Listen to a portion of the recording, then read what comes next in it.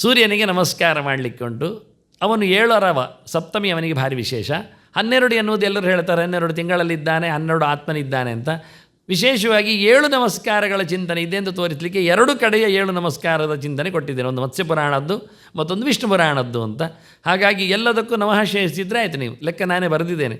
ವಿಶ್ವಾಯ ನಮಃ ಅಂತ ಹೇಳಿ, ವಿಶ್ವರೂಪಾಯ ನಮಃ, ವಿಶ್ವಧಾಮನೇ ನಮಃ, ಸ್ವಯಂಭುವೇ ನಮಃ, ಅನಂತಾಯ ನಮಃ ಆಚೀಚೆ ಮಾಡಿಕೊಳ್ಳಿಕ್ಕೆ ಅದನ್ನು. ಅಲ್ಲಿ ಅನಂತ ಶಬ್ದ ಸಂಬೋಧನೆ ಉಂಟು, ಚತುರ್ಥಿ ಅಂತ ಮಾಡಿದರೆ ಆಯಿತು. ಆನಂತರ ಮತ್ತೆ ಪುನಃ ಯಥಾ ಪ್ರಕಾರ ಧಾತ್ರೇ ನಮಃ, ಮತ್ತು ರಿಕ್ಸಾಮ ಯಜುಷೇ ನಮಃ ಅದು ವಾಕ್ಯ.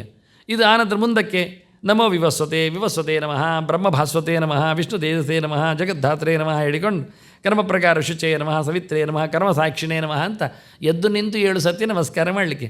ಮತ್ತು ಅದು ಯೋಗದ ಪ್ರಕಾರದಲ್ಲಿ ತಲೆ ಮೇಲೆ ಕೈ ಹಾಕಿ ಕಾಲಿನಲ್ಲಿ ತಂದು ಮತ್ತು ಒಂದು ಕಾಲು ಹಿಂದೆ ಹಾಕಿ ಮತ್ತು ಹೀಗೆ ಅದೆಲ್ಲ ಇರಲಿ, ಅದು ಬೇಡ ಹೇಳುವುದಲ್ಲ, ಅದು ಬೆನ್ನೆಲ್ಲ ಸರಿ ಮಾಡಲಿಕ್ಕೆ ನಮಗೆ ಸರಿಯಾಗಬೇಕಾಗಿಲ್ಲ. ವಿಶೇಷವಾದ ನಮಸ್ಕಾರಗಳು ಮಾಡಲಿಕ್ಕಿರುವಂತೆ ಮಾಡಿದರೆ ಆಯಿತು. ಅಷ್ಟಾಂಗ ಮತ್ತು ಪಂಚಾಂಗದ ನಮಸ್ಕಾರ ಮಾಡುವ ಕಥೆ ಅದು ವಾಸ್ತವವಾಗಿ. ಅಲ್ಲಿ ಹಿಂದೊಬ್ಬರು ಪ್ರಶ್ನೆ ಕೇಳಿದರು. ಅಷ್ಟಾಂಗ ಎಲ್ರಿಗೂ ಗೊತ್ತುಂಟು. ಉರಸ, ಶಿರಸ, ದೃಷ್ಟಿಯ, ಮನಸ, ವಚಸ, ದತ್ತ, ಪದ್ಭ್ಯಾಂ, ಕರಾಭ್ಯಾಂ, ಜಾನುಭ್ಯಾಂ. ಇದಿಷ್ಟು ಅಷ್ಟಾಂಗ ನಮಸ್ಕಾರದ ಕ್ರಮ. ಇದರಲ್ಲಿ ಉರಸ ಇಲ್ಲ, ಶಿರಸ ಉಂಟು, ದೃಷ್ಟಿಯ, ಮನಸ, ವಚಸ ಉಂಟು, ಆನಂತರ ಪದ್ಭ್ಯಾಮ್ ಉಂಟು, ಕರಾಭ್ಯಾಮ್ ಇಲ್ಲ. ಇದು ಪಂಚಾಂಗಕ ಸ್ಮೃತಃ ಅಂತ ಸ್ತ್ರೀಣಾಮ್ ಅಂತ. ಹಾಗಾಗಿ ಹೆಂಗಸರು ನಮಸ್ಕಾರ ಮಾಡುವಾಗ ಕಾಲನ್ನು ಮೇಲೆತ್ತಿಕೊಳ್ಳುವುದು. ಗಂಟು ಮುಟ್ಟಿರ್ತದೆ ಕಾಲಿನದ್ದು, ಪಾದ ನೆಲಕ್ಕೆ ತಾಗಿರುವುದಿಲ್ಲ, ಬೀಳಿಸ್ತಿದ್ದು. ಯಾಕೆ? ಅವಳು ಸ್ತ್ರೀ ಆದ್ದರಿಂದ, ಭೂಮಿಯು ಮಾತೆ ಆದ್ದರಿಂದ, ಸ್ತ್ರೀ ಆದ್ದರಿಂದ ಅವಳು ಸ್ತ್ರೀಯ ಎದೆಯನ್ನಾಗಲಿ ಅಥವಾ ಕಾಲನ್ನಾಗಲಿ ಸ್ಪರ್ಶ ಮಾಡುವುದನ್ನು ಒಪ್ಪುವುದಿಲ್ಲ ಅವಳು ಅಂತೇಳಿ. ಈಗ ಒಂದು ಕ್ರಮ.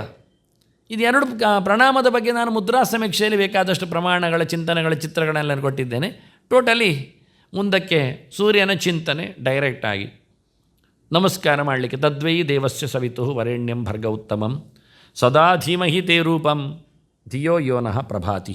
ಇದು ವೇದವ್ಯಾಸರು ಕೊಟ್ಟ ಪದ್ಮಪುರಾಣದ ಮಾತು, ಎಲ್ಲರೂ ಹೇಳಬೇಕಾದ ಚಿಂತನೆ. ಸೂರ್ಯನ ನಡುವಿರತಕ್ಕಂತಹ ತೇಜಸ್ಸನ್ನು ನಾರಾಯಣನನ್ನು ಚಿಂತನೆ ಮಾಡುತ್ತೇನೆ ಅಂತ ಆಚಾರ್ಯ ಮಧ್ವರು ಧ್ಯೇಯ ಸದಾ ಸವಿತ್ರಮಂಡಲ ಮಧ್ಯವರ್ತಿ ನಾರಾಯಣ ಸರಸಿಜಾಸನ ಸನ್ನಿವಿಷ್ಟ ಕೇಯೂರವಾನ ಮಕರಕುಂಡಲವಾನ್ ಕಿರೀಟಿ ಹಾರಿ ಹಿರಣಮಯವವು ಧೃತಶಂಖಚಕ್ರ ಅಂತ ಚಕ್ರಶಂಖ ಗದಾ ಪದ್ಮಧಾರಿಯಾದ ಸೂರ್ಯಮಂಡಲ ಮಧ್ಯವರ್ತಿಯಾದ ನಮ್ಮ ಹೃದಯ ಮಂಡಲದಲ್ಲೇ ಸೂರ್ಯ ಇದ್ದಾನೆ. ಹಾಗಾಗಿ ಅಲ್ಲಿಯೇ ಚಿಂತನೆ ಮಾಡಲಿಕ್ಕೆ ಅನುಕೂಲ ಆಗುವಂತೆ ನಾರಾಯಣನ ಅನುಸಂಧಾನವನ್ನು ಇದರ ಬಗ್ಗೆ ಸಂಧ್ಯಾ ಸಮೀಕ್ಷೆಯಲ್ಲಿ ಬೇಕಾದಷ್ಟು ಚಿಂತನೆ ಕೊಟ್ಟಿದ್ದೇನೆ.